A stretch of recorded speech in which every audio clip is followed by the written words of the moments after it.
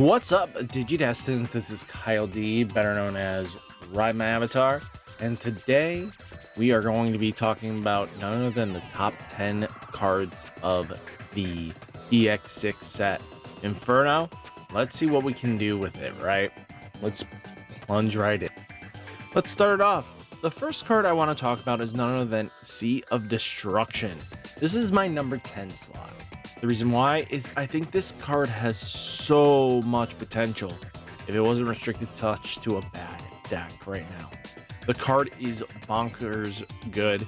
Just by placing one Digimon with Aqua or Sea Animal in one of your traits from your hand as a bottom Digi-Evolution card of one of your blue Digimon, return all your blue Digimon with the same level as the placed card to hand.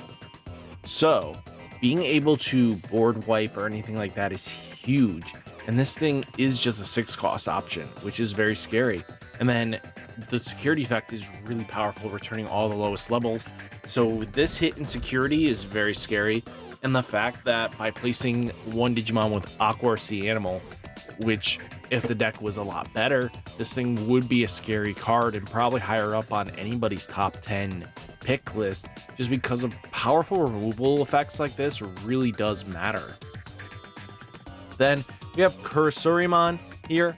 The reason why I have this here is that, let's be straight honest, I think the big problem with Deobormon was that once they got the little shits out, which are the blockers of anything, if you saw a Pillowmon, your deck is not doing anything. So with having Cursorimon being able to come in for a reduced cost, coming in for 2 costs to pop one of the Pillowmons before you go off, which you can use one of your tokens to be popped to be playing this, really does help out at the end of the day, because on play when Digivolving, delete one of your opponent's Digimon with a play cost 3 or less, which now gets around problematic children of the blockers. So, and the fact that it also on deletion, if you go up, will play a Deobormon token is really useful, because now if you go up one level and they answer it, now you get a free token out of the deal.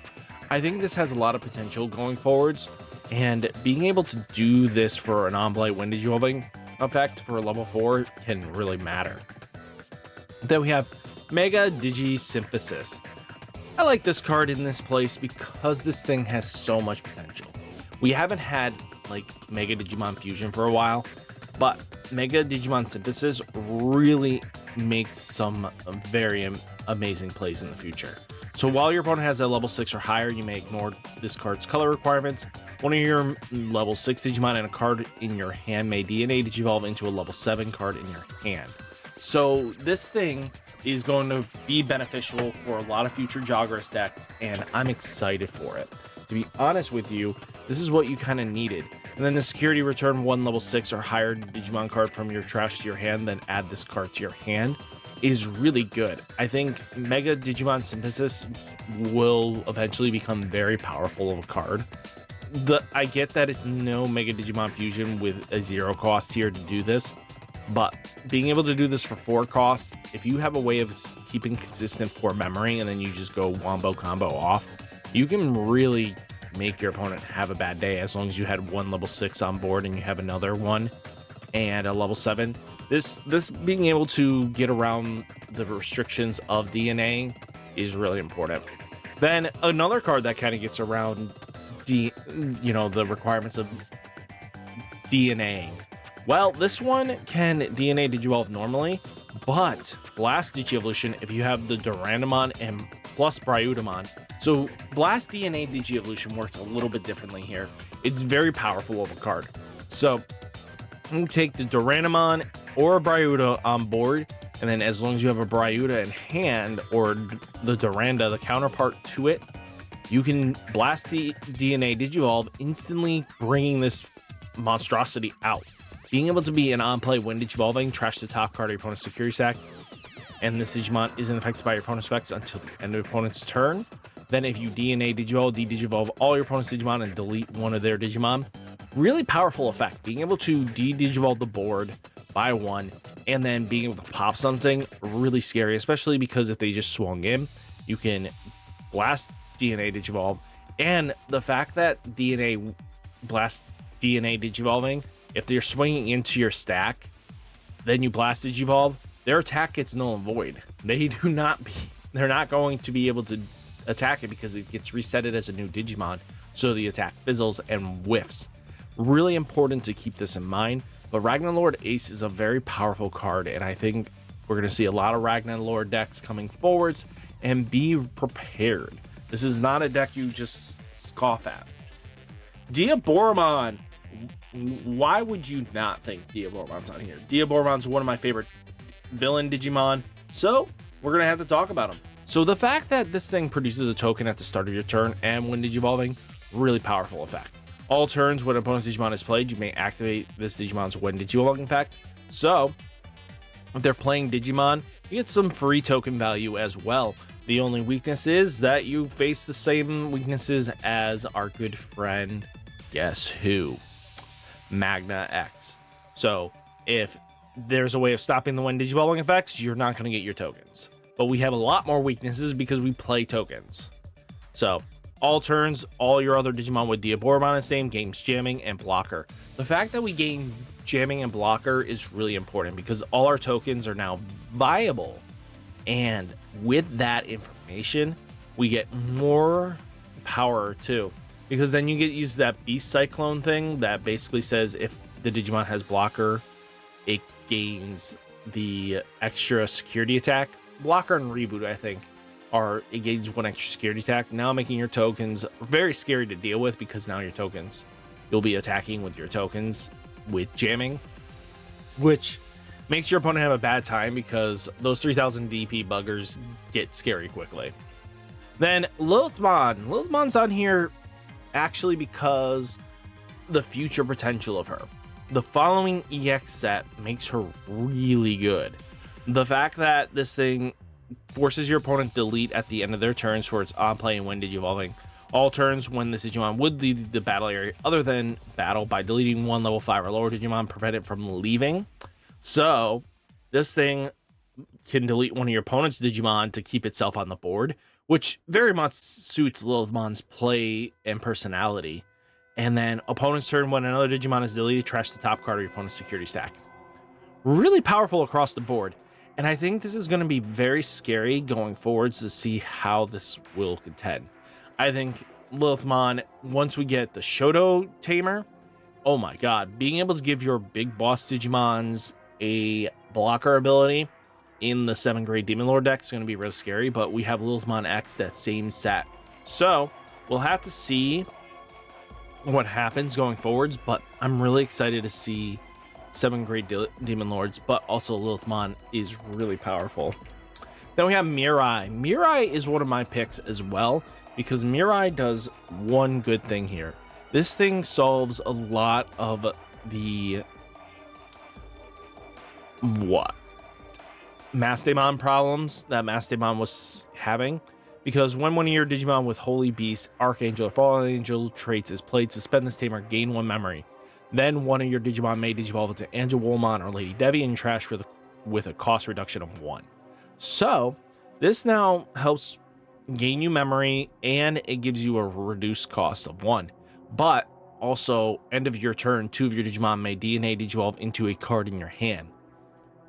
So as being a tamer, this now gets around your opponent's memory blocker and a few other key problems, but now being able to allow you to DNA Digivolve into a card in your hand really does help out.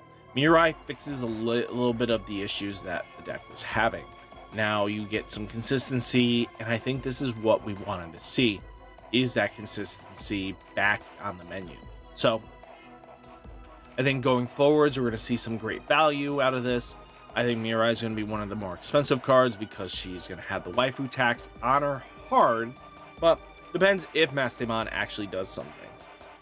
Then we have Udamon here, the big boss of the 7th grade Demon Lords when they fuse together. So taking that into account here, I love the aesthetic. The art looks really clean. This is what makes me like the deck a lot, is when Digivolve, when attacking, this thing can clear out games by basically being placed up to 7 cards with different names and the 7 great demon traits from your trash as a bottom Digivolution card. If you place 4 more effects, delete one of your opponent's Digimon or Tamers. Really good. But the fact that by returning 7 cards with different names and 7 great Demon Lord traits from the Digivolutions to the bottom of the deck, delete 7 of your opponent's Digimon or Tamers, then trash the top card of your opponent's security stack. For each card deleted by this effect, reduce the trash by 1. So if they have no board and no Tamers, you just gain so much value because you just trashed 7 security to go for game. Is that what you're going to see very often? Probably not, but I mean, you get to control the board how you see fit, and it's just a good value town here. This card is really powerful for the 7 great Demon Lord decks, and I want to see where it goes from there. Cherubimon Ace is another big pick for me. I like Cherubimon Ace because it does one thing and one thing alone, is by you may play a level 4 lower green or yellow Digimon from your hand without paying its cost. Then one of your opponent's Digimon gives minus 4,000 DP for each other Digimon until the end of the turn. This Cherubimon Ace helps remove good threats. It's a very powerful card because it has alliance, it gets bigger, it applies pressure. This thing was what the Cherubimon deck needed, but Yellow Vaccine as a whole needed, because this card is really good in that deck. And being able to have now the centralization with, Dominionmon, Ophanimon, and Seraphimon being all great cards for this deck, I'm excited to see what happens, but Cherubimon is one of my top picks. Then we do have Dominionmon here. I mean, I just talked about it with Cherubi. Dominionmon is a really great card. I think this is one of the best cards in the set because of all it can do. It produces a massive, protection skill for one of your Digimon with Angel, Archangel, or 3 great Angel traits would leave the battle area other than by one of your effects or in battle by trashing the top card of your security stack, prevent it from leaving. So this thing puts a protection effect, and that's huge. By trashing the security stack, you're going to be recovering anyway. You don't mind going down because some of your effects trigger when you lose a security, some of your effects trigger when you gain a security. Being able to mitigate and recover and do all these crazy shenanigans, Dominionmon really does put in work. When Digimon search your security stack, you may place 1 level 5 or lower Digimon with Angel, Archangel trait among them without paying its cost, then shuffle your security stack, and one of your opponent's Digimon gets minus 7,000 DP for the turn. That 7,000 DP matters in some circumstances, just because that minusing 7,000 means most threats are a lot weaker now, and depending on what you did earlier in that turn, now you're going to apply more and more minusing DP effects that your opponent now can't possibly answer. And I love this card for that reason. This card is exactly what Angels needed for the Yellow Vaccine deck. This is now a deck that will do a lot of things, and it's really good to see that way, because a lot of the times your opponent is going to be on Magna X right now because everybody's on that mindset. Magna X is the best deck in the format. Well, okay. I think Numemon is, but Dominionmon now creates a branching where Yellow Vaccine can go back to being just pure Yellow Vaccine without Magna, the turtle deck.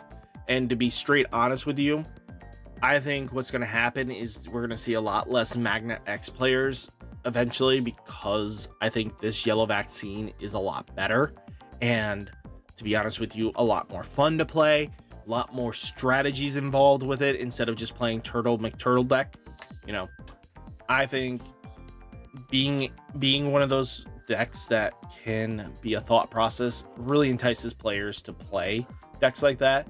And I think Dominionmon plus the other, 3 great Angels, Yellow Vaccine has a lot to work with now.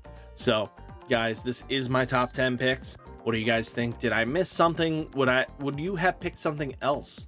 Let me know down in the comments. Hopefully you guys enjoyed the video. Hit that like button, hit that subscribe button, stay safe, stay healthy, and I'll catch you next one. Peace.